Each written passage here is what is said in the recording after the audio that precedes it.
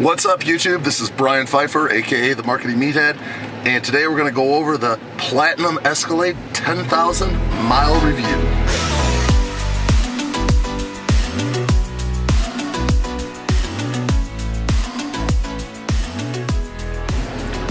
Alright, welcome back. So I'm sitting here in the brand, it's still brand new to me.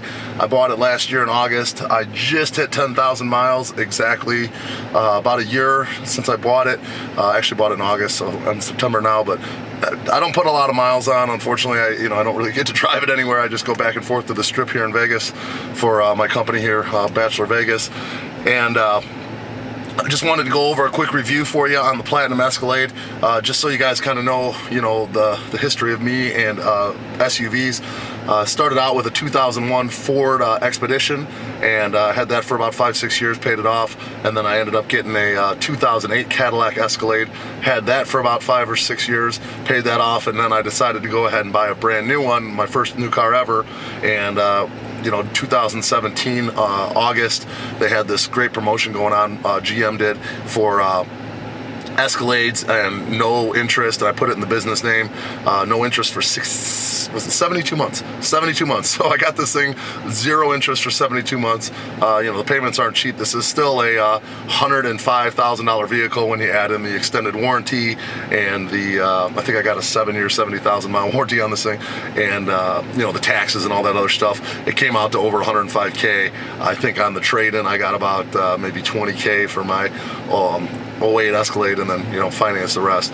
But it's free money, you're not paying interest on it, so it's one of the rare scenarios where you actually get a brand new car, put it in the business name, and I can really justify this expense. I pick up customers at the airport here and there, I drive customers around, and it's nice having a $100,000 luxury vehicle to cruise around, and some people want to have a sports car, whatever. For me, in my business, it's more practical. I'm picking up luggage sometimes, and I'm picking up customers, and a lot of times I'll have 7, 8 people, 9 people in here.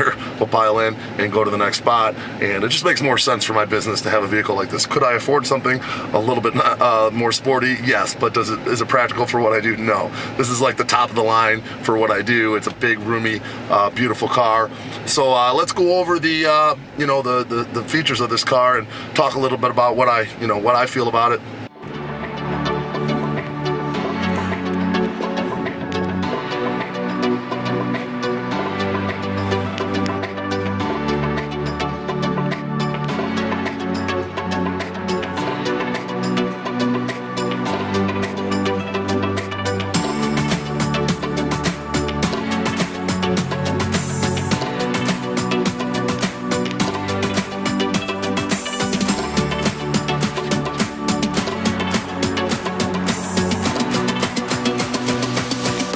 I'll start off with the engine and the horsepower on this one compared to the 08.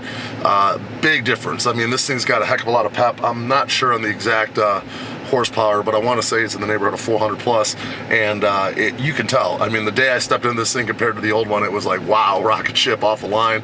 Not quite a sports car by any means. I used to race stock cars back in the day, but this thing really kicks in. It's great for passing vehicles or whatever. For a big SUV, it gets and goes. It'll scream them off the line. So it's pretty cool. As far as overall interior goes, beautiful car. The Bluetooth and everything works pretty good. It's got a refrigerator in here in the middle console. It's kind of funny. You can actually take a trip and turn the refrigerator on and actually cool your beverages while you're cruising. We got the TVs all across the back here. We got the one in the center, one's behind the seats. To be honest with you, I've never even turned those on. I don't even know how to use them. There's still remotes in the back of this thing, and they're in the box and still wrapped up, and I haven't even put the batteries in them yet. So, is that stuff necessary? Not really, but maybe someday down the road, if I have kids or whatever, they'll enjoy playing some PlayStation or something back there. But for what I need it for, it's kind of just an extra thing. The Platinum Edition, when you buy that, it comes with everything. It's got like the suede headliner, which is really gorgeous. It's got the door handles that light up. It's got the running boards that come down electronically when you open the doors. There's a lot of different things that this has compared to the regular luxury edition of the Escalade. So, and it wasn't that much more. I mean, we're talking about a 10 or 15K price tag, but when you spread it out over 72 months, it wasn't that big of a difference per month, and you got everything on this thing. It's literally got every single option that Cadillac has. I don't think there's a single thing that you can get more than what I have on this thing. I got the luxury rims, the upgraded larger tires or whatever, the suede headliner, all the TVs, it's dope. As far as overall reliability goes, I've had really good luck with this thing, except we had a little fuel injector problem at one time. I did have to take it in, and one of the fuel injectors went bad. I guess it was just a factory spec flaw. I'm not exactly sure what the dealer did, but it was obviously under warranty. They had the car for a week or so. They gave me a loaner for free. It was pretty much no questions asked. You just come in, they fixed it. It was not a big deal.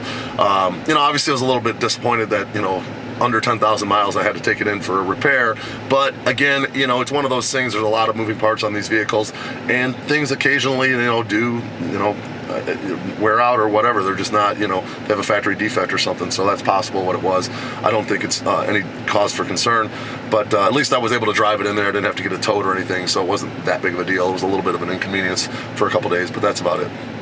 So other than that, I think the car is definitely a vehicle that I would recommend.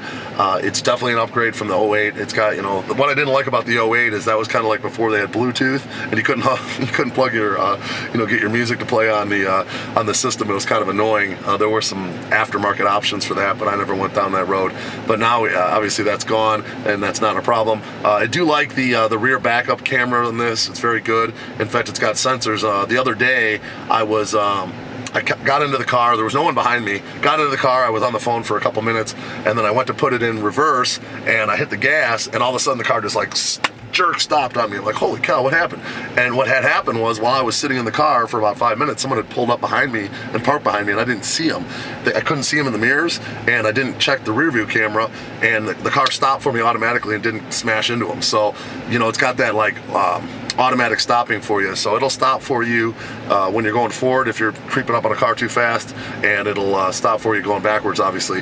Now, every once in a while, when you're pulling into the garage, if you're pulling in too fast, this has happened to me before, it'll stop on a dime, pulling into your garage, thinking that it's going to hit something, even though it's not. There's not anything there.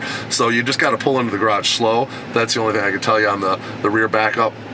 It's kind of an issue, but as far as the front sensor goes, it's very nice, because if you're not paying attention for a second and you're coming up fast on a car, it'll kind of vibrate the seat for you.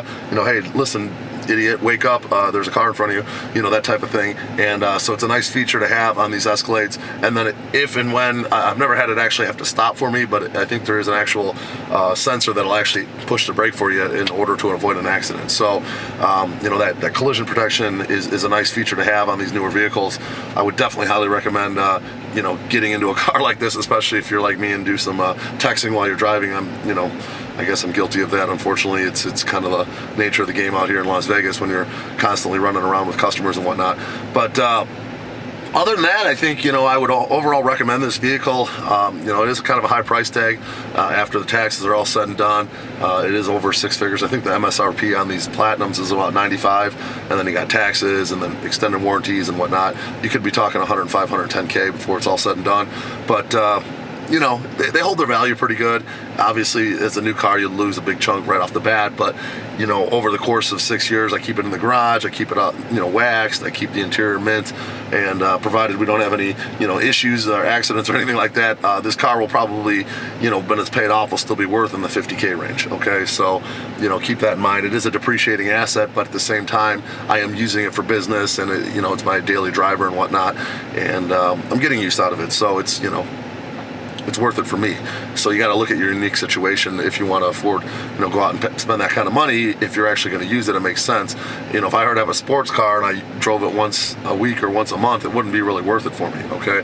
Now, if I'm going to use that sports car to, show my brand and whatnot on YouTube, well, then that's a different story. You're using it for business. Okay.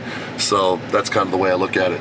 But other than that, I would say I would highly recommend the Cadillac Escalade. I'm a big guy, 300 pounds, and it's roomy for me. There's a lot of leg room.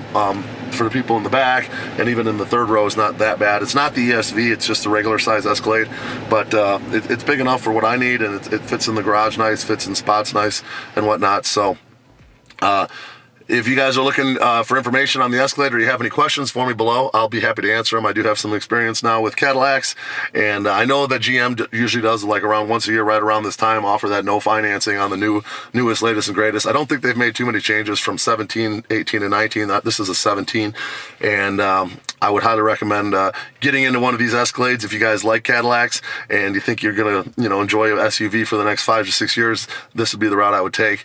If you have any questions, again, hit me up below. If you're new to the channel, go ahead and hit that subscribe button, bang that notifications bell. And if you're new to the channel, leave me a comment below. I'd like to welcome you to the channel. I'm Brian Pfeiffer, aka the Marketing Meathead. We'll talk to you guys later. Thanks.